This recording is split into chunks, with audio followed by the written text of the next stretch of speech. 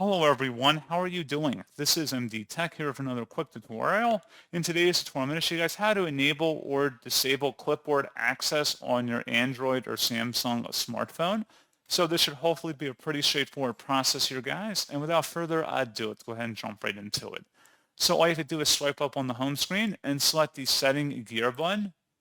And then you want to scroll down and select the security and privacy tile. And then scroll down again underneath privacy and select privacy controls.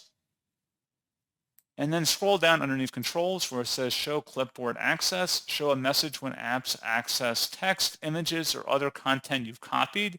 If you want to enable this, have it toggle to the right. Otherwise, you can disable it by clicking inside the oval one time until it's grayed out like you see on my screen. And that's pretty much it. So as always, thank you guys for watching this brief tutorial. I do hope I was able to help you out, and I do look forward to catching you all in the next tutorial. Goodbye.